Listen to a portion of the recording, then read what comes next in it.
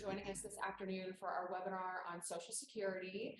I have the pleasure of introducing Dave Ghormley, who will be our host today. So Dave is a senior regional consultant at MFS Investments, and we use MFS for one of our international funds. So with that, we get access to Dave and all of his expertise in the lovely presentation that he has put together for us today. So if you have questions throughout the webinar, please know there's a Q&A section at the bottom, and you can just type those in. They won't show up for everybody. So Emily Palmer on our team will be monitoring those questions. If you haven't met Emily, she is our financial planner on staff, and she is also a registered Social Security analyst. So really a wealth of knowledge here. So please utilize this to ask any general questions you might have about Social Security, but also if you have questions particular to your own situation, she is available as a resource to help go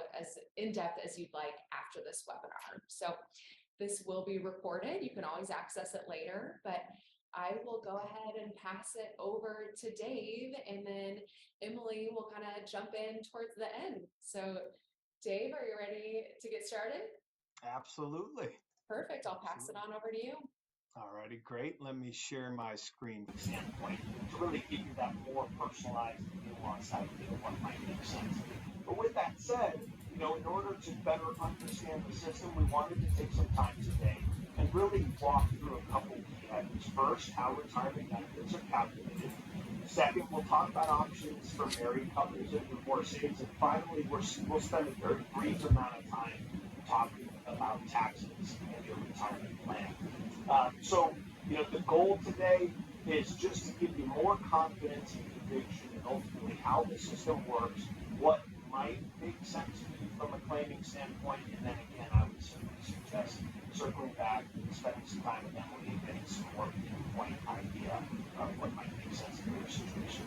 So let's jump into it, how retirement benefits are calculated. First and foremost, 60% of individuals don't know their full retirement age. You'll hear me refer to this, as you can see on the screen here, as your full retirement age is your FRA, right? And this is based on the calendar year in which you were born. So if you were born in 1954 or earlier, your full retirement age is 66. If you were born in 1960 or later, your full retirement age is 67. Every year in between, your full retirement age increases, as you can see here, by 2 weeks. So 1955, 66 and 2 months, 1956, 66 and 4 months, so on and so forth. So said a different way, your full retirement age is going to be 66, 67, or somewhere in between based on the calendar in which you were born. Now, how does that ultimately, what is the implication on that on your benefit itself? Well, as you probably are aware, there are reductions in your benefit if you take before that full retirement age. There are what the system is called as delayed retirement credits if you wait beyond that full retirement age. And regardless of whether your full retirement age is 66, which is the left-hand side chart that you can see, or 67, which is on the right-hand side, you can take as early as 62, or you can delay to as late as 70. So again, regardless of what your full retirement age is, you can take as early as 62, you can delay to as late as 70. And ultimately, that full retirement age is the fulcrum on which these penalties for taking early, these permanent reductions, and or these benefits or credits for waiting, that's what that shifts on, if you will, like a seesaw. Now, a couple numbers at the top of the page that I think should be a little bit larger because they're important to know. 40 quarters. So you need 40 quarters worth of income to qualify for a Social Security benefit. In other words, you need 10 years worth of earned income to qualify for a benefit. The number that's probably a little bit more important than that even is 35. Social Security takes your highest 35 years of career earnings. They don't need to be consecutive. And they basically adjust up till age 60 your previous years of income with inflation. And then they take what's called the AIM, the average index monthly earnings, from that figure to determine ultimately what your end retirement benefit will be for Social Security. So if you have 30 years of earnings history, you're going to get 5 zeros. they're going to use 35 years worth of numbers regardless, so that's important to know. If you have 40 years of earnings history, as I mentioned, they will cherry pick the highest 35 of those 40. So just important to know that, and they will continue to readjust your benefit even if you continue working beyond your full retirement age and you're collecting Social Security. So if you're replacing those lower 35 years in terms of your earnings history, you can see your benefit actually increasing. So as I mentioned, the full retirement age, as you can see in both of these charts, is just represented by the 100%. So as you can see, if you take it 62, there's a reduction. The reduction is just a little bit steeper for someone with an FRA of 67 versus an FRA of 66. As a simple example, let's say that my full retirement age benefit is $2,000 a month. If my full retirement age is 66 and I choose to take it 62, I will have a 25% permanent reduction in that benefit. So instead of collecting $2,000 a month if I waited until full retirement age, starting at 62, I would be getting $1,500 a month. If my full retirement age were 67 years old, instead of $1,500 a month at a 25% reduction, as you can see on this chart on the right-hand side, it's a 30% reduction. So that would be in that example, a $2,000 full retirement age benefit reduction of 30%, $1,400 a month. Now, one thing that's a little misleading about these charts that I like to point out, it makes it look like the increase in your benefit is a stair-step function each year that you turn a specific age.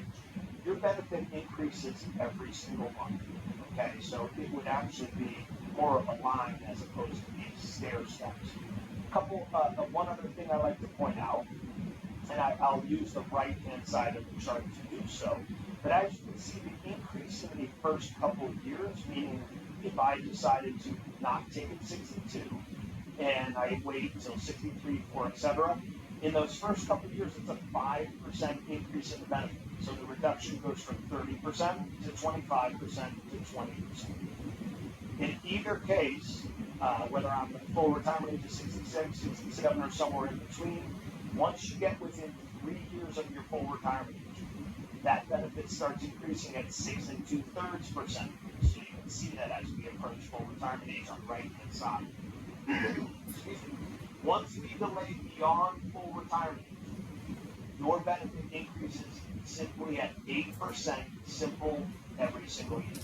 Okay, so you can see the maximum benefit for someone full retirement age of 67 would be 124% at age 70. On the left-hand side for 66, it's just a little bit higher maximum benefit, again at age 70, 132%. Going back to our example we just gave, what if I have a full retirement benefit of $2,000, my full retirement age is 66, if I should delay all the way till age 70 to start my benefit would be 132% of 2,000, which is $2,640 a month. Exact same example over here, the 124% of that $2,000 FRA benefit, so $2,480 a month. Now, what I ask you to consider, and this is really important in terms of kind of foundationally understanding Social Security, is if you have a scenario, regardless of where your FRA is, 66, 67, somewhere in between, if you have a scenario where if I take early, I have a lower benefit, and if I delay, I have a higher benefit, we have a little bit of a bird in the hand versus two in the bush type scenario from a longevity standpoint. And what I mean by that is, there is an age at which point in the future, if we live beyond that age, there's a crossover. In other words, if I took earlier because I'm getting less money every month, if I live past a certain age, I actually will have collected more from Social Security in aggregate, cumulatively, if I delay starting with a higher dollar amount. The example I like to give here, especially in Indiana, since we're coming up on May here, it's almost racing season for us, right, is a car race. Imagine I started a car going 70 miles an hour, and then let's just use the full retirement age of 67 as my base example. So my car is going 70 miles an hour. Let's say the years here are analogous to hours. 5 hours later, I start a car going 100 miles per hour, right? So I'm doing a 30% reduction on that 100 miles per hour is where I got that 70 miles per hour. So I had a car that started at 70 miles per hour. 5 hours later, I started a car going 100 miles per hour. And then 8 hours after that first car started, I have a car going 124 miles per hour. Well, we all know if they're running on the same track, it's only a matter of time before that first car gets lapped. And actually, that second car is eventually going to get lapped by that third car as well, because it's going the fastest of all three. And if it's keeping that speed up, it'll never look back, right? Those agents, and I'm just asking you to consider for a moment if you isolated your own benefit, because obviously it adds a lot more dynamic when we think about spousal and survivorship and some of these other nuanced parts of Social Security, which we will discuss this afternoon. But if we just isolate your own benefit for a moment, that crossover in terms of age from 62 to full retirement age, this is whether your full retirement age is 66, 67, or somewhere in between, is around 78 years old. So the crossover again, 62 versus full retirement. So electing to wait as opposed to taking it 62. If I live beyond 78 years old, I actually have collected more money from delaying and collecting at full retirement. Okay? The crossover from starting at 62 and waiting all the way until 70 is around 82 years old. So waiting till 70, that 124 mile per hour car in our example, that actually around 82, that passes that first car going 70 miles per hour. So just gives you a little bit of perspective. And I always tell folks, if I could flip over the collar on your shirt, see the day you're going to meet with the Lord above, I can tell you within a minute of when you should take Social Security, right? But thank goodness we don't know when that's going to be. But it does, again, create a little bit of a scenario of one in the hand versus two in the bush. I think that's absolutely fundamental to understanding what might make sense given your health history, your family history of longevity. And I'll give a personal example of that a little bit later on. Another item I want to cover today, and I hate to cover it because it's a frustrating part of Social Security, but it's really important to understand, is known as the earnings test limit. So I'm sure a lot of you on this call right now are familiar with the earnings test limit. It only applies, I'm going to start from the right-hand side of this slide and then jump to the left. No restrictions once you get full retirement. This is not, the end of the calendar year in which you turn. It's as soon as you hit full retirement age, you're good to go. Said a different way, you can make as much money as you want and take Social Security at full retirement age or later, and none of your benefit will be withheld. Now let's jump to the left-hand side. If, however, you start your Social Security benefit prior to full retirement age, you have an earnings test limit. Now, this earnings test limit adjusts every single year. So last year, for perspective, it was around $19,000. This year, think of it like a high water mark. This year, it is $21,240 or $1,770 a month. If you have earned income over that watermark and you are taking Social Security prior to your full retirement age, for every $2 over, $1 of your benefit will be withheld. So let's use a simple example to give you a little bit more perspective on how this works. Let's say that I start my benefit at 62 years old, obviously before my full retirement. And let's say that my benefit for the year is $20,000. Now remember, it's for every $2 over this watermark, $1 of my benefit is withheld. So I'm going to take that 2 for 1 multiple. I'm going to take my benefit, I'm going to multiply it by 2. That's $40,000. Okay, so if I earn $40,000 over this watermark, which is conveniently $61,240 in that example, let's say I earn $65,000 for the year, I'm going to have my entire benefit withheld. Okay, now withholding, don't confuse this with taxes. This withholding means that you actually have to pay the entire benefit back in that example. And or in many cases, it's a partial payback that you need to do. And that could be done by literally writing a check to Social Security, or they will just simply withhold your payments of Social Security benefit to you until they are made whole on what should have been withheld. So this is part of why I really think it's important to sit down with Emily, depending on what your thought is from a claiming standpoint. Because if you are going to be in a situation where you might be subject to the earnings test limit, this can be an absolute headache to deal with.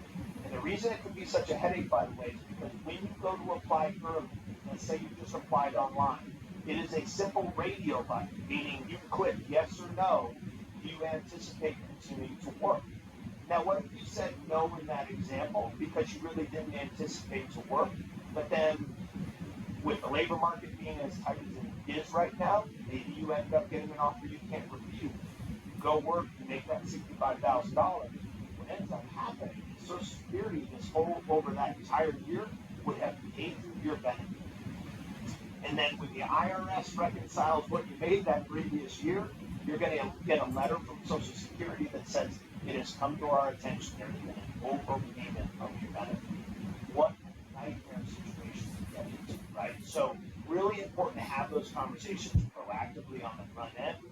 In the year in which you turn for retirement age, which is, I don't know if you can see my cursor, but I'm circling it, it's that middle part there. That watermark does move up substantially from 21,240 to 56,520. And the multiple also changes, which a lot of folks don't realize. It goes from 2 to 1 for every $3 over that watermark, and $1 if your benefits help. Typically, if you're in that situation, it makes sense just to delay until your full retirement age. But again, that's a general statement. Everyone's situation is obviously. So important to know about this, and this applies to any benefit. Any benefit. So a survivorship benefit, a spousal benefit, a divorcee benefit, and or your own Social Security benefit. The other thing I would just mention very quickly in terms of nuance with this is only earned income, and this is not a married filing jointly paid. So if you're married and you're starting your benefit early and you are retired but your spouse continues to work, their income is not going to impact you from your earnings test limit standpoint. The other thing to know is passive income is not applicable here. You own farmland and you crop share. You own rental buildings and you have income from them. Depending on how you own them and ultimately how that's sourced, it is typically considered a passive income. You get a 1099-R from taking a distribution from a pre-tax retirement account, passive income, dividends, capital gains, etc. The income here, none of those are applicable. The income that the Social Security system is looking at and thinking about in terms of this watermark is specifically earned income. So think about it as income that is subject to payroll taxes and subject to FICA taxes. That's what we're talking about. So that's the earnings test limit. I hope you had a cup of coffee because I know that that's a boring slide, but an important one nonetheless to go through. Let's talk a little bit about spousal. I've been doing this 17 years, and this concept, I don't know why, was very obtuse for me. It took me a long time to learn. So if you leave this Zoom meeting feeling confused, don't stress, right? This is something that you can certainly revisit with Emily and dig into at a deeper level. Very normal to feel a little bit overwhelmed by this part of the topic. But let's talk about it because it's really important. So for spousal, you can take spousal even if you don't have those 40 quarters. If you don't have a Social Security benefit of your own, you are still potentially eligible for spousal, even if you didn't work, right? So let's say that you were taking care of the kids at home or whatever it may be, and you don't have those earned income credits, you are still going to get a Social Security benefit, which is an important thing. Now, the situation with spousal, as you can see, I'm just moving where the cameras are here. So you can take, like your own benefit, you can take spousal as early as 62, but unlike your own benefit, if you recall from a couple slides ago, that grows all the way till age 70. Your spousal benefit maxes out at your respective full retirement age, so 66, 67, or somewhere in between, depending on what your FRA is. Now, as you can see, like your own benefit, these percentages increase across the board. The gray here is just a 67 FRA. The blue is a 66.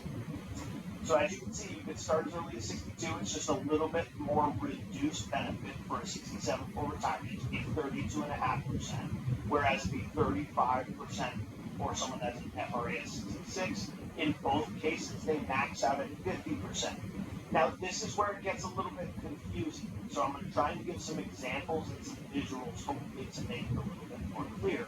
The natural question should be, what are these percentages based on?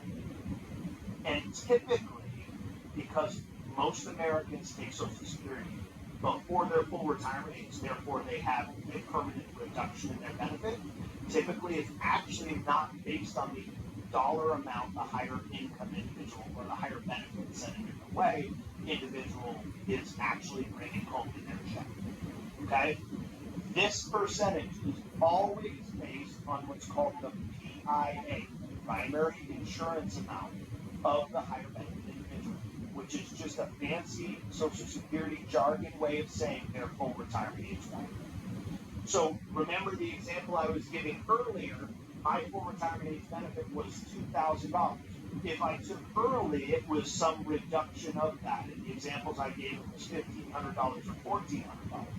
But if my spouse takes spousal at full retirement age, she wouldn't get 50% of that reduced benefit, $1,500 or $1,400. She would still get 50% of what my full retirement age benefit was, which is $2,000. Unfortunately, that goes both ways, and I'll give you a little bit of a visual in a moment here. But just to give you an idea of how this works, again, the higher benefit spouse is based on their full retirement age benefit, and then the decision of the lower benefit spouse as to when they take, that's what dictates the percentage itself. Now, one other caveat here that I think should be in bold and in much bigger writing is right here under requirements. It's the second bullet point, which is your spouse has to open the door for you to take a spousal benefit. They have to, the higher benefit individual has to claim Social Security to open the door for that benefit to become available. Okay? So I'll give you a couple visuals here and we'll actually walk through a scenario on how that works. In this case, we're going to do Diane and Jack. So we're switching up the old Jack and Diane, which is appropriate for here in Indiana. Saw Melcan donated a ton to IU the other day, which is pretty cool. So Diane is the higher earner in this situation, has the higher benefit. We're going to go with a full retirement age in this example of 67. So this $10,000 a year benefit for Diane is her base benefit. That's her full retirement age benefit. If she takes it from 62, I don't expect you memorized the chart earlier, but that would be a 30% reduction, $7,000. If she takes it 70, that would be 124%. So that's how we back into that $12,400. Now, again, she has to open the door for Jack to claim his benefit by claiming. We're going to make the assumption in the slides that I share next that she has opened the door, that she has claimed before Jack and all of these. Okay? So Diane starts her benefit at full retirement age. She gets that full $10,000. What does Jack get if he takes it 67? Well, that's its full retirement age in this example. If you recall, spousal maxes out at the full retirement age at 50%. He's going to get $5,000. What if he took spousal at 62? Well, again, if we look at a full retirement age of 67, I don't expect you to memorize it. It's 32.5% if he chooses to take it 62. So his benefit is 32.50. Okay? What if Diane waits till 70? She gets those delayed retirement credits we were talking about. Maybe she has great longevity in her family, and her thought is, I'm going to live well into my 80s or 90s, so I'm going to wait until then. Okay, she waits till 70, she gets this additional dollar. Now remember, we're at 50% and 32.5% for Jack. But is it based on this $12,400 figure that's Diane's benefit, or is it based on her full retirement age benefit? Remember, it's always going to be based spousal on that primary insurance amount, which is just this full retirement age benefit, which again gives a little bit of a heads up in terms of the next answer. But what if Diane took early? Instead of $10,000 a month or a year, excuse me, her benefit is $7,000. Well, what's Jack's respective spousal benefit if he takes it 62 or 67? Again, it's going to be the same. It's going to be the $32.50 or the $5,000. Because even though Diane took a permanent reduction on her benefit, his spousal benefit is still going to be based on this full retirement age. So he's getting 32.5, 50%, somewhere in between, based on when he claims. So that's how spousal works. You can start with, in terms of the excess spousal benefit, the lower earner, because remember, that higher earner has to, it's an auxiliary benefit. It's a benefit off of a benefit. So the higher earner has to open the door for spousal. Well, in the situation, and this can come up many times because of maybe age differences between spouses, in the situation where the lower benefit individual is going to start their benefit before the higher benefit individual, they can still do that. And then when that higher benefit individual claims, they get what's called a spousal step. And that's what this is talking about. They step up because they get this excess spousal benefit. Don't let this muddy the water for you. I'm going to give you an example right now. So let's say we have Alex, Blake, and Chris. Chris doesn't have a benefit of their own. Blake and Alex, their benefits $1,000 a month respectively, and their spousal benefits at full retirement age are $1,000 for Alex, so the same benefit as we'll say his own benefit. The spousal benefit for Blake is actually a little bit higher than his benefit if he were to take his own.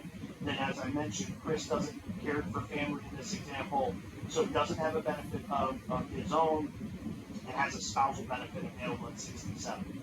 So let's just walk through this example real quick.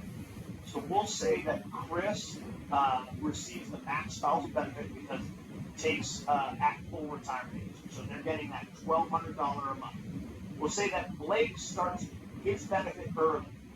Now, I know that this is a lot of slides in short order, so let me just kind of do a quick review. Remember, if you look at the top here, Blake's benefit at full retirement age on his own is $1,000. Blake's spouse does not apply to him, right? So he's 62. Let's say they're the exact same age. He takes his benefit at 62. His spouse hasn't applied. He has not opened the door to that spousal benefit. So he starts with a reduced benefit on his own, which again, as we look here, his benefit is $1,000 at full retirement age. He's got a full retirement age of 67. That's a 30% reduction. So he starts at 62 with a benefit of $700 a month, which is a reduced benefit on his own benefit. Then his spouse starts their benefit at full retirement age. In doing so, opens the door for spousal to become available. Blake doesn't step up to the full $1,200 spousal benefit. He started early, so he carries forward that penalty for doing so, but he gets that excess spousal step up. So he does get an additional $200 a month, which, as you look here, if he had waited till full retirement age, is also the difference between his benefit and ultimately the spousal benefit. Again, I know that this is a lot of information very quickly. With respect to time, I'm going to continue moving. I'm sure for a lot of you there are questions here. Please feel free to put them in the Q&A, and we'll try to address them. And or, as I mentioned, I think certainly back up with Emily can be hugely helpful. And then Alex. Now remember, in Alex's situation, his benefit and the spousal benefit are exactly the same. So if he starts his benefit early, when his spouse claims their benefit, there's no step up, because his benefit and the spousal benefit are exactly the same. So there's no excess spousal amount to be had in this scenario. So I know that's a lot, but let's move on to survivorship with respect to time, because I think survivorship is so important, and it's probably the most misunderstood part of it. So hugely important, tremendously misunderstood. That's a bad combination. Hopefully we can shed some light on that for all of you today. If you think back to spousal for a moment, okay, your decision as the higher benefit individual doesn't have an impact on the lower benefit individual outside of just opening the door. In other words, when you claim opens the door for them to take spousal, but it's their decision between 62 or their full retirement age that impacts the percentage they're going to receive.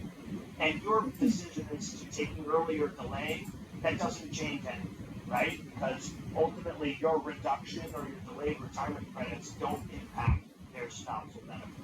Survivorship, leave it to Social Security to change all the rules, right? Survivorship is totally different. So your decision as the higher benefit individual absolutely has an impact on the survivorship benefit of yourself, if you're the survivor, and or the lower benefit individual if you're married, and their survivorship benefit. So said a different way, if you take early and you have a reduced benefit, ultimately that penalty continues on in survivorship, just like if you delay and there's delayed retirement credits, you get those increases, that also goes on. You can take survivorship as early as age 60, regardless of your full retirement age. If you're looking at a 67 would be the gray bar, 66 blue. It starts at 71.5% and then moves up to 100% as you approach your full retirement age. Technically, it's fractional before that, but as you approach your full retirement age. The question again should be, what are these percentages of? And they're essentially, I'm taking a little bit of liberty here because there's some nuance here that I don't want to muddy the water too much with, but they are essentially going to be based on the benefit the higher benefit individual was receiving. Said a different way, the higher benefit remains in a survivorship scheme. Okay? So let me give you an example at a personal level to provide a little bit of perspective of how important this is and what its impact might be on your claiming thoughts. And please don't think that I'm trying to push anyone towards a decision here. It's just hopefully to give you a little bit more perspective on how this works. So I am a Ghormley. Ghormley men don't live very long. We'll just leave it at that. We are shooting stars, as my wife said. We're bright, we're brief, we're bold, then we're gone. My grandfather was the first Ghormley male to live past 75. Okay?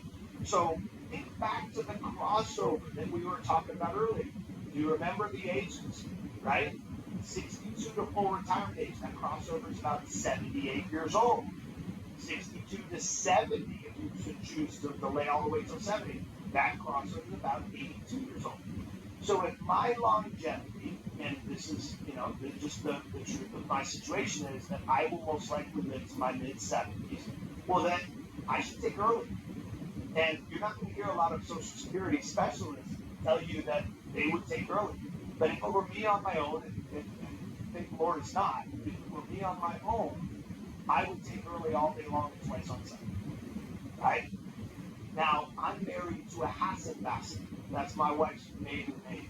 Her dad's name is Refit Hassenbasser. Came over on a boat from Germany when he was a little boy. The women in her family shovel the driveway at 95. Like, have tremendous longevity. And she's about a year and a half younger than me on top of that. So let's go back to the example I gave earlier, and then let's think about it through the lens of what we just learned from a survivorship standpoint. So let's say that my full retirement age benefit is $2,000 a month, and let's say that my wife takes spousal off of me, and she takes spousal at full retirement age, which, as you just learned, is 50% of my full retirement age benefit. So she's receiving $1,000 a month in spousal. Okay? If I choose to take at 62, I get a 30% reduction, so I'm collecting $1,400 a month. Now let's say she took spousal at full retirement, so she's still getting the $1,000. If I pass away at 75, which is beyond 67, so she steps into 100% of my benefit. Again, I'm taking a little bit of liberty here because there's technically the widower's limit, which changes this just fractionally. But again, with respect to time, we're just giving some general information here. She essentially steps up to basically $1,400. It would be marginally higher than that, okay? But she steps up to $1,400 a month from $1,000. Now, the way that this works is the higher benefit remains, the other one drops off. So together we were collecting $2,400 in that example, my $1,400 for $1,000. After I pass and she survives me, she's collecting $1,400. So her benefit essentially falls off. Okay? Now, in that scenario, compare it to what if I waited all the way till 70? I'm collecting $2,480. You recall, 124% of that full retirement benefit is $2,000. So if I choose to delay until 70, and let's just say, for example, say she takes spousal, she's getting $1,000 a month, and I pass away at 75, she steps up from $1,000 to $2,480. It's over $1,000 a month difference based on my decision. So all of a sudden, because of our joint life expectancy, my situation goes from no brainer if I'm on my own taking it 62 to, given our situation, given her longevity, no brainer for me delaying all the way till 70. Because that $1,000 a month over her longevity leads to over 6 figures difference comparing the two in terms of what she would actually receive and what we as a couple would receive from Social Security versus the contrary should I take early and full retirement. Again, I want to be clear, I'm not trying to push that onto everyone else. Everyone's situation is unique, and not only is it unique from a health situation, but we all have our personal preferences, and Social Security is certainly a personal choice. So let me move forward here because I do want to stick to time, and I'm coming up towards the end of this. At the end of the day, even if that lower benefit individual, which we're getting an example here, if they take early, they have a penalty. In this example, the lower earner is taking at 62. When they step up from a survivorship standpoint, and in this example we did 75, they don't carry that penalty forward. Okay, so again, that's something where we, as I mentioned, there's a lot of nuance and dynamic to everyone's situation. Some people have similar ages to their spouse. Some people obviously aren't married. Some people are divorced. Some people have larger differences between those ages. That will create some planning dynamics to discuss. And this is just a visual to show how significant in aggregate the difference in benefits can be should you take early and or delay. We covered that essentially by example. So one thing to know, and I'm going to be very brief on this, but this is important, is if you do lose your spouse, especially if you lose your spouse earlier at a younger age, there are some important things to know. Remember, spousals and auxiliary benefits, benefit off of a benefit, survivorship are two different benefits. So you can take your own benefit early and have a reduced benefit and then let your survivorship benefit continue to grow and then take that, switch to that at full retirement age, if that makes sense. And or you can start with a reduced survivorship benefit, let your benefit go all the way till 70, if that makes sense. Just know that there are switch up options. And if you or a loved one, whether they're local here or from somewhere else in the country, they would benefit from having a discussion throughout the year in that situation. It is incredibly important and to make a life-changing difference. So please do connect with Emily as soon as possible. Now, finally, in terms of divorcee benefits, I'll be pretty brief here because basically the way that divorcee benefits work is if you were married for 10 consecutive years, it has to be 10 years or longer. There's a lot of lawsuits out there for folks who were married for 9 years and 10 months and now aren't eligible for Social Security benefits off the previous spouse. But if you were married for 10 consecutive years and that marriage ended in divorce, etc., you are eligible to take essentially what would be a divorcee benefit, which is essentially a spousal benefit off of a previous spouse. All the rules are exactly the same outside of two exceptions. You can't be remarried and collect a divorcee benefit. And on top of that, the higher benefit individual, if you recall from when you're married, they have to open the door to you taking the benefit. In this case, because Social Security does not want to be in a situation where they're allowing that higher benefit individual to put someone into hardship because maybe they don't have an amicable divorce, all that higher benefit individual needs to be is age 62, deceased or disabled. So they have to have what we call a qualifying event. So again, as long as that individual is 62 and you were married for 10 plus consecutive years and you are no longer married, you are eligible for a spousal benefit off of them. Now, if your benefit is higher than that spousal benefit, it's a moot point. So just keep that in mind. You're not going to collect both of them and or collect one and let the other go. That's not how it works. At the end of the day, when you file, it's what we call being filed, which means you are eligible for the highest benefit that you are able to get from Social Security.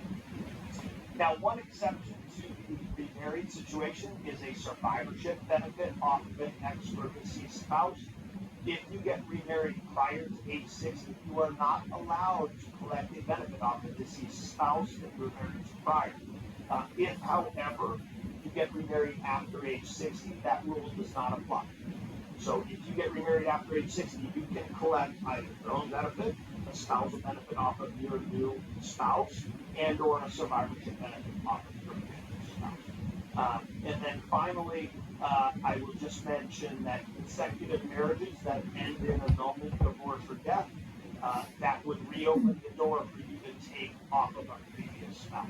And I actually have a quick visual here for you in a moment. But real quick, before I go through that visual, if your former spouse remarries, does not change your ability to take a benefit off of them. And again, just remember that age 60 from a survivorship standpoint. If you're married before age 60, you cannot take survivorship off the previous spouse. After age 60, you may. In either case, if you get remarried, you cannot take a divorcee benefit. So that survivorship divorcee is an important item.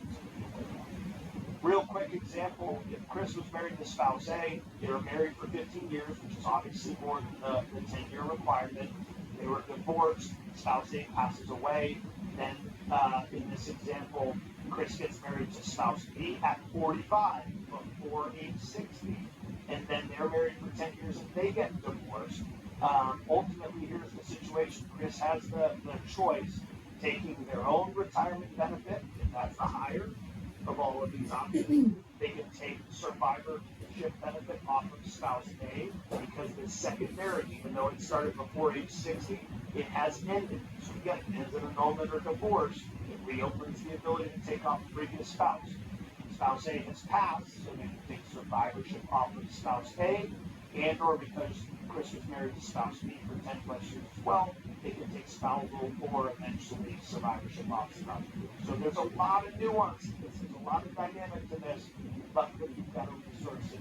And I apologize, Emily, you're probably going to have a million calls after this because I keep telling folks to hit you up. But seriously, what a great opportunity to make sure that you're getting what you deserve from Social Security.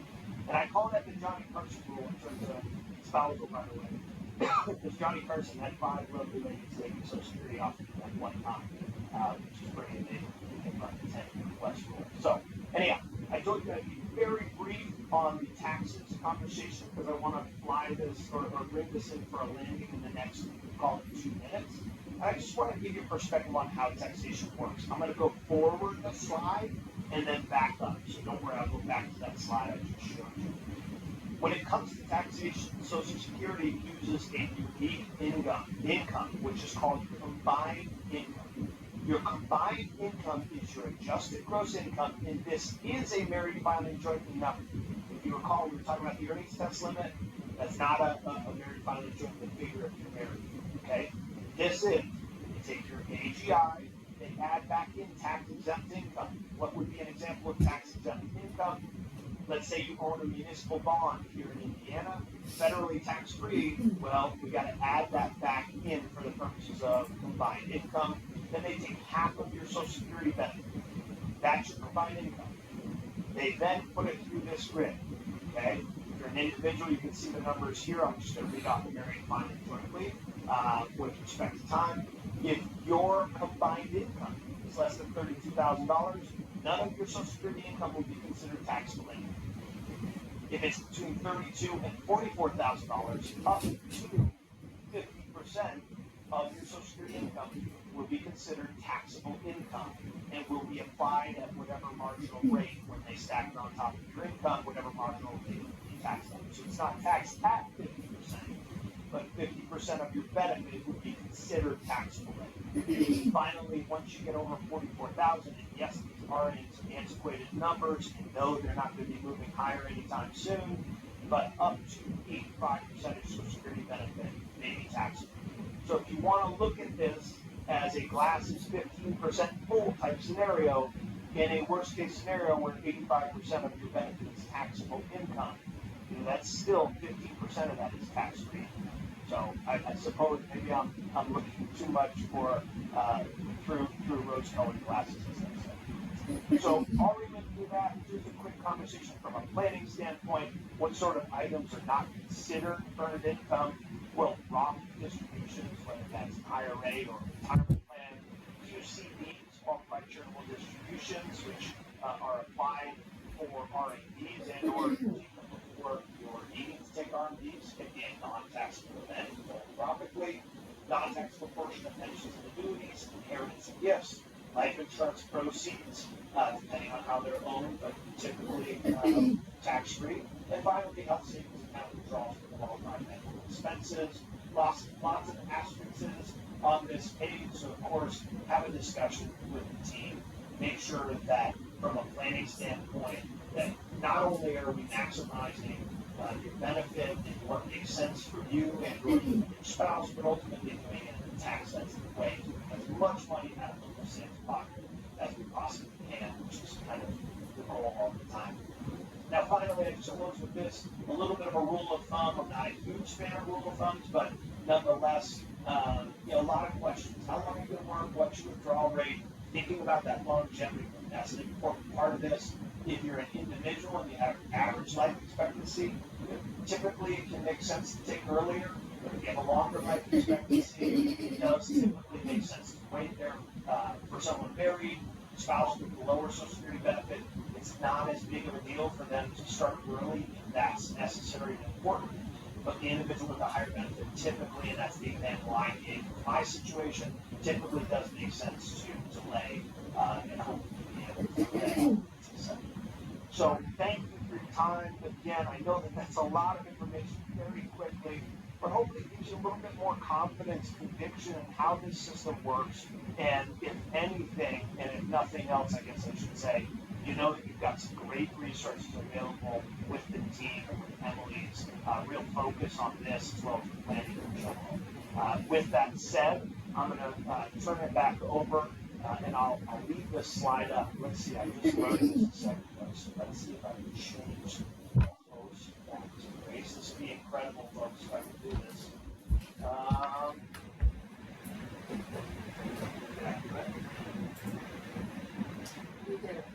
Yes. Awesome. Brought it in for a minute. It took the slide off, so I apologize for that. If you can reshare your screen so that you have the information on it. Yeah, the information was also shared in email, the reminder email sent to you guys. And feel free to just reach out to our office and work with you now. I did want to throw a few questions your way if we had a few minutes. And if we can go through those, we'll start there. The first question that came in is related to the earnings limit. Yeah. So you're still working and receiving Social Security. Is the earnings limit based on gross wages or adjusted wages? Good question. Yeah, it's based on gross wages, right? So at the end of the day, we can't take, let's say that I have earned income of $30,000. Recording in progress. I want to get under that earnings test limit. I can't throw $9,000 into my 401k and all of a sudden get on it, right? So they're going to use, and the way to think of that, I know that seems like a negative, but that's because that's the income they're giving you credit for in your benefit, right? So you're paying payroll taxes between you and your employer on those going to Social Security. They're trying to give you credit for them in that instance. Unfortunately, it does create a challenge if you're taking so it is gross. And the second question that came in says, my wife and I both started taking Social Security benefits at age 70, but her benefit is less than mine. Can she now apply for spousal benefits? Great question. So spousal maxes at 50%, right? And remember, it maxes at 50% of your primary insurance. So because you delayed till 70, you got all of these great delayed retirement credits, and both of you did, it sounds like in this example. But if the math of it is that 50% of your full retirement age benefit is, and it sounds like it is, significantly less than what she's receiving in her benefit, then she's going to continue taking her benefit. Even though it's less than yours, it's still going to be significantly larger than spousal. But the fact is, there are scenarios where Social Security does mess up. So even though when you file, it's a deemed filing, and you should get what you're eligible for in terms of the highest benefit between the two, I would just tell you, my mother, as an example, was receiving $20 less than what she was eligible for on her own benefit because she kept working beyond full retirement and she was taking spousal. So there are instances where that can happen. But in that situation, it sounds like your benefits, even though the spouse who has the lower benefit is a little bit less, it most likely is such that their benefit is still much larger than spousal. So you're going to take whichever is higher, your own benefit and or that spousal. That leads me to another question, a related question, and that's, is the spousal step up? So in this case, the retirement benefit is less than the spousal benefit. Is it automatic, or do you have to request it? So it should happen automatically, but I don't trust the government to do anything automatically, Emily, and I don't work for Social Security, so you can't get mad at me for saying that. So again, my mom's situation is a perfect example. What should have happened there is it should have automatically gone from spousal to her own benefit, but it didn't. And that's why I recommend folks, if you haven't logged into that SSA portal and taken a look at your earnings history, that's such a fundamentally important part of calculating your benefit. And there are many times where those numbers are inaccurate. So it's supposed to happen automatically in an excess spousal situation, yes. But again, I think it's worth setting up the phone call anyways. And I will tell you, the local Social Security representation, they're far better than you would imagine. They do a great job, and they'll be able to make sure that those things happen. Yeah. Another question related to spousal benefits. In order to get spousal benefits, do you both need to be born before 1954? No, to do a restricted application, you need to have been born January 1st, 1954 or earlier. And with respect to not muddying the water, I won't go quite through what that is. If you were born January 1st, 1954 or earlier, call Emily after this immediately. We'll leave it at that. But no, spousal is available. You just have to have been married to your spouse for more than a year, essentially. And it becomes available as soon as that individual starts taking their benefit. That's what opens the door. But if your full retirement age is 67, which is anybody born 1960 or earlier, you absolutely can still take a spousal benefit. So if I gave an implication that that wasn't the case, I'm glad you asked. Great question. Yeah. Another question here, does the survivor benefit grow past full retirement age? Yes. So essentially, the 100% part of it doesn't work. In other words, like me being able to step into the benefit of the higher benefit individual. Let's use an example because I can see the question. So let's go back to my example with my wife. Okay. Now, my wife has significantly more longevity than I do, and so I'm going to delay till 70. That's our plan. Okay. My benefit continues to grow beyond my full retirement age. It grows all the way till 70 because I'm a full retirement age of 67. That would be 124% of my full retirement age, whatever that is. Okay? So in that sense, it does continue to grow. Now, let's say that I pass away at 75, just based on my wife and I's ages, let's say we're similar age, which we are, we both will be taking our benefits at that point. And so at that point, she steps into 100% of my benefit. Okay, that's regardless of whether she took it 62, full retirement age, or 70. Okay, so whenever she takes, there's no reduction that carries forward. There's no penalty that carries forward. If God forbid I were to pass away tomorrow, okay, in that scenario, I haven't taken my benefit. We actually didn't go through this. It's actually a kind of a nuance to talk about.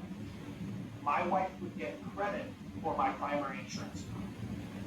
Okay, so if you pass away prior to claiming, the survivorship benefit is based on the primary insurance company. But remember the percentage. It starts at 71.5 at age 60 and maxes out. It's actually technically just before your full retirement age at 100%. So what that percentage is alluding to is what percentage of this primary insurance amount my wife paid. So if she started survivorship at 60, remember she was subject to the earnings test limit underway. She would get 71 and a half. Let's just say my benefit is $1,000, or we'll say it's $2,000. She'd be getting, $1,421. Does that make sense? She waits all the way till full retirement age, she'd be getting the full $2,000 survivorship benefit. Beyond full retirement age, in that example, the benefit does not. She does not get any additional beyond that. Okay, good. That's probably the part of the question. Yeah, that's a good clarification. So it is never beneficial to wait to claim a survivor benefit after full retirement age as a widow. Correct. Correct. Yeah, and remember you have switch-up options. So let's say your benefit is similar to theirs, okay? Let's say my wife's benefit in that example. We'll just use a really simple example real quick. Let's say we're both 67 and I pass away and I haven't taken my primary insurance now is $2,000. Let's say my wife's benefit is $2,000. She would start the survivorship benefit right then and there because to your point, there's no benefit in her delaying. She would collect $2,000 a month, and because she's full retirement age, she's not subject to the earnings test limit, so she can also keep working. But remember, these are two different benefits. So her $2,000 benefit continues to grow till 70, and then she can switch from survivorship to her own benefit, which at that point would be $2,000. The vast majority of individuals don't understand that switch-up dynamic, and it makes a world of difference in terms of the income. One last question for you, and then we'll wrap, and that is, do benefits begin automatically? No. Age 70? No, yeah, and it's a shame because you'll have folks who are 72 and you can only backfile up to 6 months. So the answer is no. You have to go in and claim. Now you can claim online. It's actually very easy. But I personally like to meet with people face to face, despite the fact that we're all training each other virtually right now. But no, you need to file. It's an active thing, right? So you have to make that happen. And again, once you get past full retirement age, so let me clarify, you can't backfile 6 months anytime you want. Once you get past full retirement age, you can backfile however many months you are past up to 6 months. So if you're 72, you can backfile 6 months, and this means you missed out on a year and a half of Social Security benefits. So no, it does not happen automatically. You need to take an action. And I'm just going to ask one more question. Oh, come on. I recommend that someone files. So let's say they're getting ready to age 70. 3 months in advance. Yep, and what I recommend is they have a meeting with you 6 months in advance. Is that a good question, or is that a good answer? Thank you, yes. You're welcome.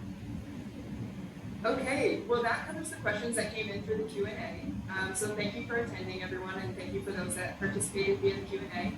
I work closely with Brooke and Lizzie and Grace and Ian, and we'll take your whole financial picture into account when we do a Social Security analysis for you. So Dave, thank you so much for imparting your wisdom and sharing your stories with us today. And we appreciate everybody's attendance. Thank you. Thanks a lot.